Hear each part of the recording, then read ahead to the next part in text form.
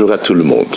Dans cette série de parents et professeurs, il y a un petit élément important que chacun d'entre nous le sait, mais malheureusement, vous savez comment c'est, on le sait dans un domaine, mais on ne le sait pas toujours dans tous les domaines, parce que notre manière d'aborder les choses n'est pas toujours d'une manière universelle. Nos sages nous racontent dans le Midrash une des raisons pour lesquelles Akadosh Baruch Hu, Dieu a choisi Moshe Rabbeinu, Moïse, pour être ce berger fidèle du peuple juif, c'est parce qu'auparavant il était berger. La même chose pour le roi David. Mais qu'est-ce qu'il y avait de particularité lorsqu'il était berger? Ça ne manque pas des bergers sur terre. Sa particularité, c'est sa manière de s'occuper de chacun. C'est-à-dire, on peut être un berger, on prend tout le troupeau, on le met dans le champ, et tout le monde va paître et brouter. Mais Moshe Rabbeinu ne faisait pas comme ça. Moshe Rabbeinu réfléchissait aux besoins de chacun, c'est-à-dire les petits, les grands.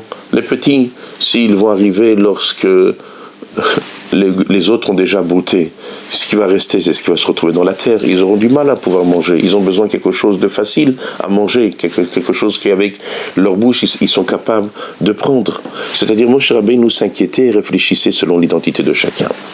Une des choses qu'aujourd'hui nous avons dans la vie que nous vivons dans l'éducation, surtout dans ces endroits-là, on ne parle pas des parents, mais on parle dans cette relation de parents-professeurs lorsqu'un enfant se trouve dans un établissement. Vous savez bien que, d'une manière générale, la base est l'âge. C'est-à-dire, un enfant de 5 ans, il est dans telle et telle classe, un enfant de 6 ans est dans telle et telle classe.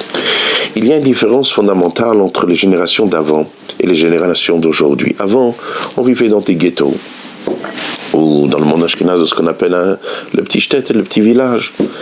Et lorsqu'on vivait dans un ghetto, ou on vivait dans notre petit village, celui-ci de telle ville, de tel et tel endroit, tout était facile. Tout le monde se ressemblait, et tout le monde avait plus ou moins la même identité. Évidemment, on était tous différents, comme disent nos sages, nos visages sont différents, nos esprits sont différents, mais d'une manière générale, il y a ce qu'on appelle un point commun de la collectivité, comme d'une manière générale que Dieu il a fait, que si un enfant il a 5 ans, les enfants de 5 ans se ressemblent.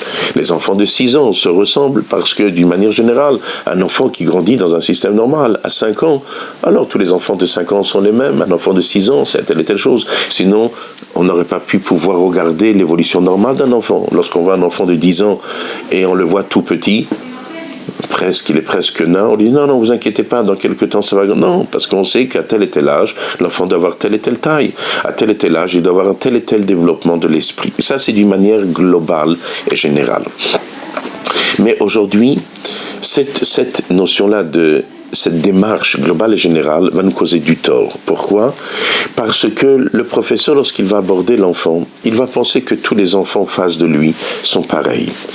Mais il y a une différence fondamentale. Essayez de vous imaginer lorsqu'un enfant arrive dans une classe, mais Baruch Hashem, il vient d'une maison organisée. Il vient d'une maison où les parents sont calmes. Les parents, comme on a vu, la notion du cèdre, l'organisation, elle est dans ces 3 dimensions, l'horizontale, le vertical, et à l'intérieur de ça même, ce qu'on appelle la cause et la conséquence. Il vient d'une manière plus ou moins organisée, comme il faut. Donc lorsque cet enfant a 5 ans, il écoute un professeur, ce que le professeur lui dit s'inscrit à l'intérieur de l'enfant dans une normalité.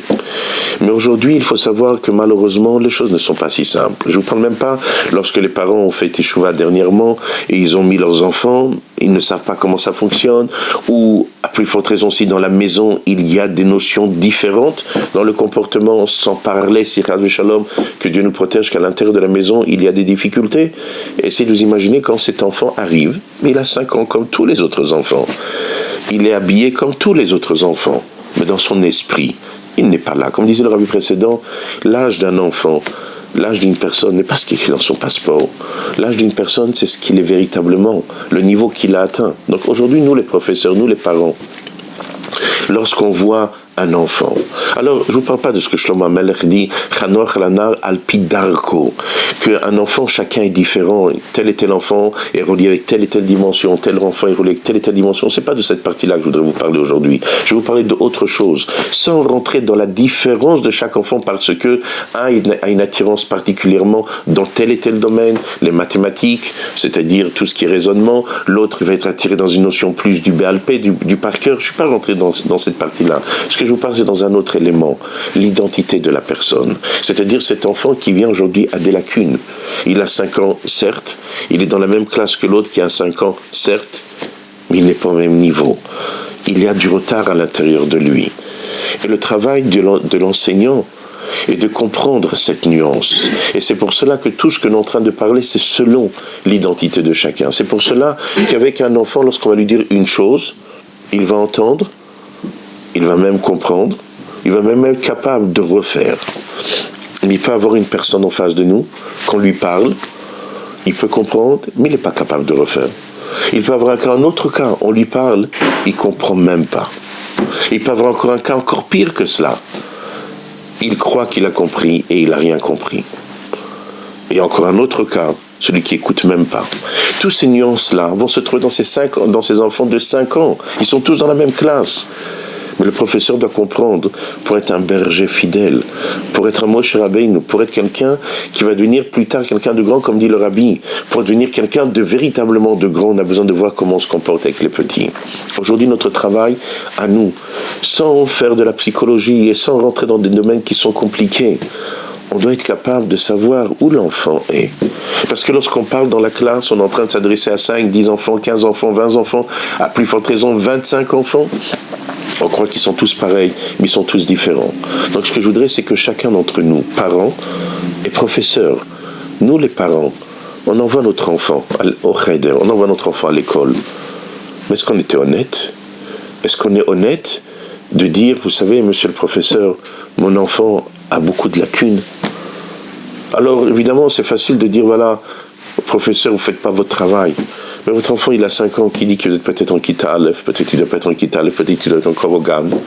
Ou des fois le cas contraire, il a 5 ans, c'est pour en Kita Aleph qu'il faut le mettre. C'est pas dans la première classe, il faut le mettre en Kita Bet, dans la deuxième classe.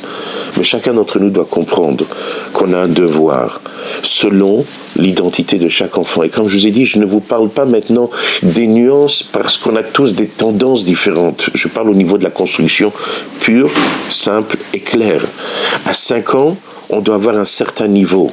À 6 ans, on doit avoir un certain niveau. Il y a des règles.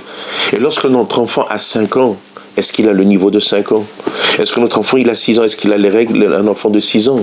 Lorsque vous prenez un traiteur, lorsque vous prenez n'importe quelle chose, il y a des règles. C'est 100 grammes de viande. C'est 120 grammes de viande. Pour un petit enfant, c'est une portion de 80 grammes de viande. Il y a des règles. Il y a des règles. Et lorsqu'on est en train de parler d'un enfant de 5 ans, c'est un niveau. Et si l'enfant a des lacunes, alors le professeur doit comprendre qu'ici, le travail n'est pas le même. On ne peut pas se contenter de jeter un mot, et ce mot-là va s'adapter à tout le monde. Non, parce que ce mot-là, le mot qu'on va dire, est adapté pour un certain niveau. Même si tous les enfants sont dans la même classe, mais ce même-là, nous ne sommes pas Hachem, qu'on dit un seul mot, Shamor, et Dieu il a dit Shamor vezachor bedibur echad, les deux dans le même mot, et on a réussi à les entendre. Mais ça, c'est Hachem qui peut le faire. Nous, on n'est pas à ce niveau-là. Donc, lorsque nous abordons, nous avons nos enfants. Et on demande de l'honnêteté de la part des parents de savoir qu'est-ce qu'ils ont donné au professeur. Et ça, c'est quelque chose d'important parce que les parents doivent être honnêtes. Honnêtes avec le professeur, dire, cher parent, cher professeur, on vous a donné notre enfant. Il a 5 ans, oui, mais il n'a pas le niveau de 5 ans. Il a 6 ans, oui, mais il n'a pas le niveau de 6 ans.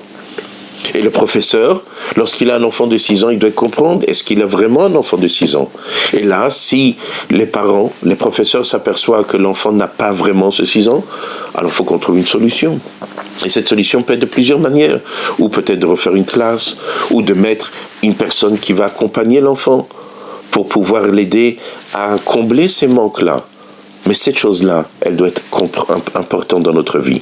Donc ce que je voudrais vous parler, ce que je vous ai parlé aujourd'hui, c'est de vous faire comprendre, c'est que tout ce que nous faisons doit être selon l'enfant, et pas alpidarco de ce que Shlomo Ameler dit, qu'on verra ça dans un autre cours, Bezrat Hashem, mais de comprendre qu'un professeur, lorsqu'il enseigne à un enfant, il doit être capable de comprendre, lorsqu'il parle, est-ce que cet enfant a véritablement le niveau ? Et ne pas essayer de se décharger en disant « Ah, il n'a pas de niveau, alors ça m'est égal ». Il y a un problème, il faut qu'on s'occupe de cela, que ce soit de la part part des parents, ou que ce soit de la part des professeurs, il faut qu'on fasse ce qu'on a besoin de faire. Alors que Dieu fasse Bezrat Hashem, mais rappelons-nous, de la même manière que nous comportons, nous, avec les autres, Akadosh Baruch Hu se comporte avec nous. Et lorsque chacun d'entre nous va faire attention à l'autre comme il faut, Akadosh Baruch Hu fera attention à chacun d'entre nous, et il s'inquiétera ce que nous avons besoin. Et rappelons-nous, l'exemple le plus grand de cela, c'était la manne. Chacun mangeait quelque chose, mais Akadosh Baruch Hu, il a dit, tu goûteras ce que tu as besoin de goûter, ce que tu as envie de goûter. Parce que ça, c'est ce qu'on appelle le vrai lechem min hashamayim, le vrai pain du ciel. Alors ici-bas sur terre, c'est difficile, on ne peut pas donner une seule chose qui a tous les goûts, mais on est là pour faire comprendre que nous sommes là pour donner à chacun ce qu'il a besoin. Alors que Dieu fasse Bezrat Hashem, que bientôt, on pourra tous goûter de ce pain du ciel, de la main d'Akadosh Baruch Hu. Amen, Kenny Ratson.